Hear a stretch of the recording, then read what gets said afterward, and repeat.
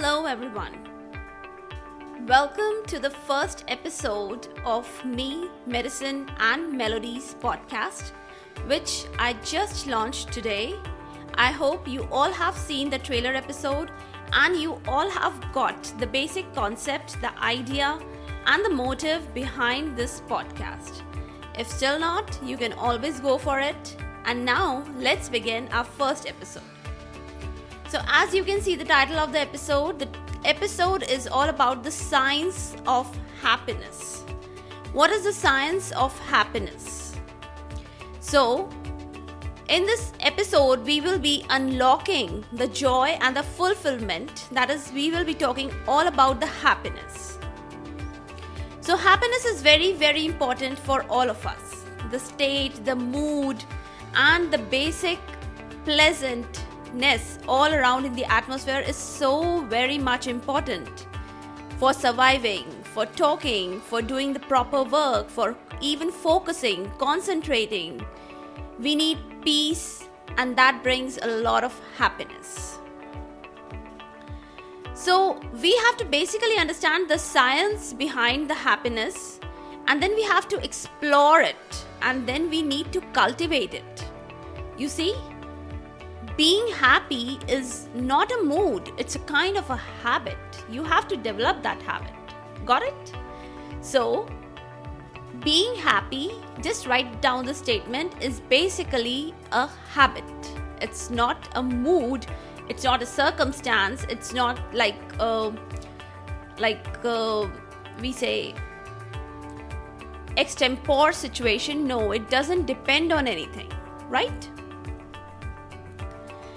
So happiness means goodness, peace, and evenness all around with other people in the atmosphere, and no feeling of negativeness anywhere far away. That brings a state of happiness in the mind, in the heart. I'm talking in the mind also, yeah. So that is very important. So different components of happiness can be subjective well-being, good health, satisfaction and peace in life, and a kind of development of positive emotions. That is very important. So when you have a lot of positive emotions, you are not, even in your deepest core of your heart, having any negativity for any person, for yourself. No kind of inferiorism for yourself even. So that brings a lot of satisfaction, peace, and that equals to happiness, right? So that is a kind of a definition for happiness. I cannot put it into a kind of a standard definition, but that is how I define happiness. With the totality of all the components: health, mental well-being, satisfaction, positivity, optimism, and goodness all around, right? Okay, let's talk a little about the neuroscience of the happiness. Do you know anything about the neuroscience of the happiness? Like, I'm a medical doctor, right? And that is why I sometimes may use some medical terms, though not always, but neuroscience is very important, and that is the subject of a common layman also today. So whenever a person is happy, there are certain neurochemicals involved that are secreted from the brain. There are certain brain hormones involved that actually lead to that mood of happiness. So there are many brain activities going on, neural pathways are involved. All in all, in totality, contribute to the feeling of happiness and fulfillment, satiety, satisfaction. Okay? So that is all equals to the happiness. Now, with this, we come to the topic of psychology of happiness. No, I am really very poor in psychology, but this psychology of happiness, I have really studied about, worked about, and with my own experience, I can really give you some great insights about it. Okay? So there are many psychological theories which I really researched and read recently in detail. yes, related to the podcast topics also, but it was for my own general knowledge, information, and that I wanted to convey to you people also. Okay? So there are many theories involved which are related to the framework of the happiness. The first one is the hedonic treadmill. Now, what is this theory? Hedonic treadmill. That is, it is the basic attitude, the basic tendency of a human being to pursue one pleasure after the another. Why is it so? Why is there a tendency to pursue one pleasure after the another to fetch happiness? Because, see, after one happy moment, you are feeling wonderful in a place of a happy moment. But once the moment is over, then everything comes to the baseline very quickly. So, there's a tendency to pursue another moment of happiness. And that is like a vicious cycle. And that is the hedonic treadmill theory, right? So, in a way we can say, yes, that is a little bit truth. Not applicable on all the people, but that is, yes, that is a tendency. Once you are very happy, suppose you have a birthday celebration today, you are on the top of your mountain, on the top of the happiness mountain.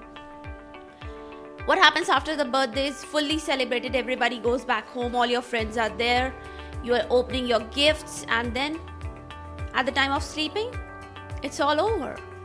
Everything comes to the baseline, right?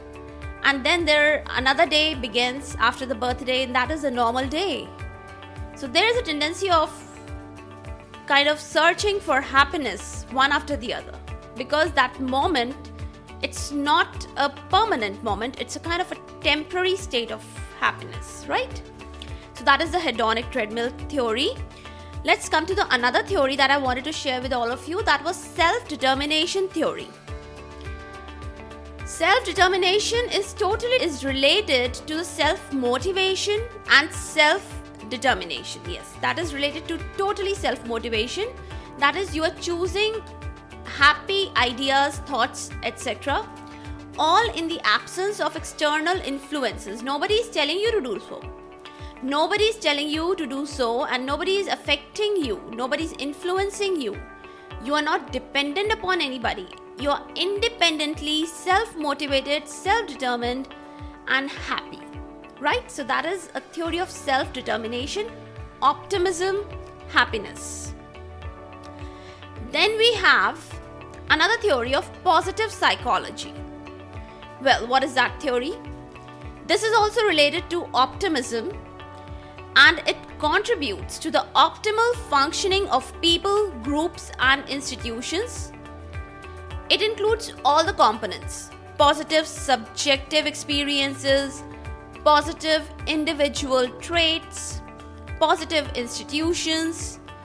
All in all, what does it refer to? It refers to the improvement in the quality of life. That is the basic goal behind this positive psychology.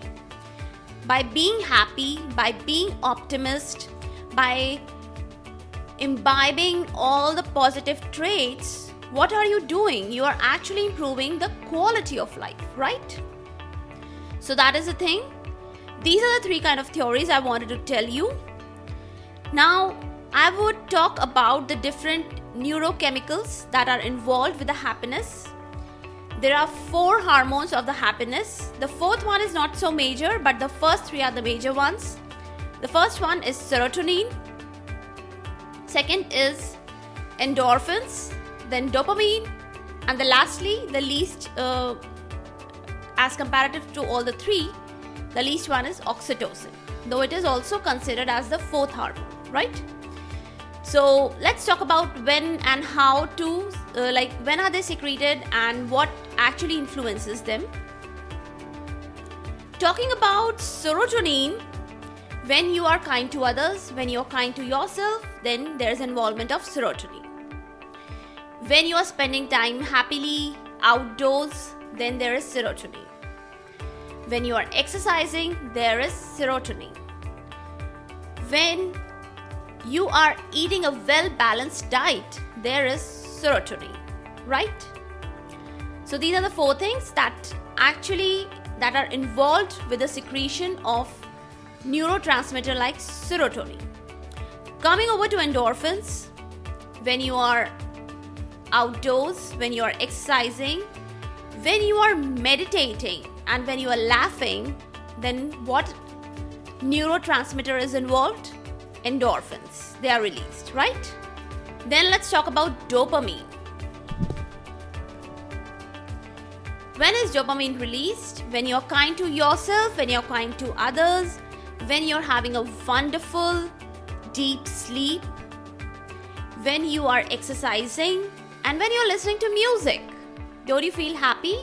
Suddenly your mood switches from one thought to the other. And what is the neurotransmitter involved? Definitely, it's dopamine. Talking about oxytocin, when you are experiencing love, affection, when you spend time with your loved ones, when your family members, when you share a laugh, when you listen to music, then the neurotransmitter involved is oxytocin. So what all is actually related to the mood of happiness or the state of happiness? A very strong, self-determined, positive mindset. The qualities of resilience, gratitude, social connections, they all promote happiness, right? Then there are many lifestyle factors: diet, exercise, sleep, stress management, your basic attitude in life. You remember? Your attitude determines your altitude in life, right? And that is the real truth. That's a very famous quotation that I'm quoting here, but everybody should keep this thing in their minds. Then there are many kind of self-care practices, self-care routines, self-care practices that one should actually involve in their lifestyles, which really help to pamper some healthy, hygienic habits. And overall, they support the state of happiness and well-being. And even feel good. You feel good, right? So there are many strategies for cultivating happiness, increasing satisfaction in life, like involving and including a lot of healthy habits, basic hygiene, cleanliness, and cleanliness involves everything: inner, outer, and even your surrounding atmosphere should be clean. That also promotes a lot of satisfaction and happiness. If your room is not clean, it will definitely make you a little kind of irritated and frustrated. So what you need to involve is a proper mindfulness, meditation. Gratitude in life is very important. Now we have heard about gratitude journals, but if you need to maintain one, that will really help you to be happy. Then you should always perform acts of kindness. Find purpose and meaning in life about everything. Now you have to actually find the perfect link between being healthy and also being happy. If you have healthy eating good food always affects your immune function positively, cardiovascular health, and longevity. So that would really help in a real long-lasting happiness, satisfaction, and growth in life. If you adopt practices to reduce anger, stress, ego problem, inflammation will be reduced and overall health will be promoted. So these practices and regular watchfulness, mindfulness are so important that they will bring a very long-lasting, true happiness in your life. There are many real-life success stories by changing the attitude in life and the basic lifestyle habits, healthy habits that have proven to change and improve the longevity and quality of life in many individuals. So you have to adopt these practices in your daily routines. But how would you do that? You have to be very mindful, watchful, vigilant enough, and you have to be very, very self-caring. There are definitely many challenges to happiness. Adverse situations, circumstances, poor health, financial crisis, setbacks in life, negative emotions. Your negative emotions are the biggest enemies of your happiness. So how do you have to fight with them? With resilience and with the coping strategies that I just told you. You always have to maintain optimism and positive outlook in life. Look for the opportunities, growth and development. So that's all about how to maintain and develop happiness in life. That is the science of happiness in life. So that I wanted to tell you. And always do work and measure your life at your own pace. Comparison is a thief of joy. That is another very famous quote which I would like to quote here. Because these small things, when you take care of and when you are really mindful about all these things, you can, with small and little things, pamper happiness and good moments and joyous moments in your life. That is how you will make your life full of honey for yourself and for the people surrounding you. See, taking care of yourself is very important, but as and when you adopt these practices, you are taking care of your family members and your relatives and people around you who are your loved ones. So in a way, you are helping yourself and you are helping others also. I hope you are finding this episode a real meaningful one. If you are, don't forget to hit the like button. So that is all from my end, and that is all I wanted to talk about related to the science of happiness today. So always encourage and involve and practice the happiness boosting practices that I just told you about. Find out what works for you, find out what doesn't work for you. Don't waste your time on things which don't suit you.